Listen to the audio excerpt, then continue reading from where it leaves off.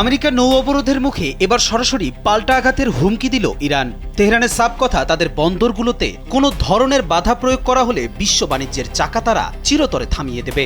সম্প্রতি ইরানি বন্দরগুলোতে মার্কিন নৌবাহিনী কঠোর অবরোধ সৃষ্টি করলে পরিস্থিতি চরম উত্তপ্ত হয়ে ওঠে।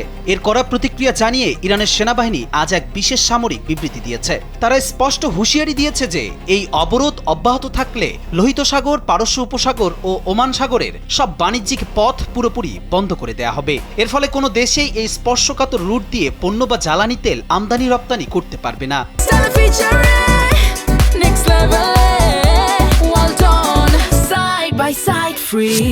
ইরানের সামরিক কমান্ডের দাবি, নিজেদের জাতীয় সার্বভৌমত্ব ও স্বার্থ রক্ষায় তারা যে কোনো চরম সিদ্ধান্ত নিতে দ্বিধা করবে না। এই নৌপথগুলো বিশ্ব বাণিজ্যের প্রাণকেন্দ্র। যদি এই রুটগুলো বন্ধ হয় তবে বিশ্ব অর্থনীতিতে ভয়াবহ ধস নামবে এবং জ্বালানি তেলের দাম সাধারণ মানুষের নাগালের বাইরে চলে যাবে। মূলত যুক্তরাষ্ট্র ও ইরানের এই মুখোমুখি অবস্থান এখন পুরো বিশ্বকে এক বড় ধরনের সামরিক সংঘাতের দ্বার প্রান্তে দাঁড় করিয়ে দিয়েছে।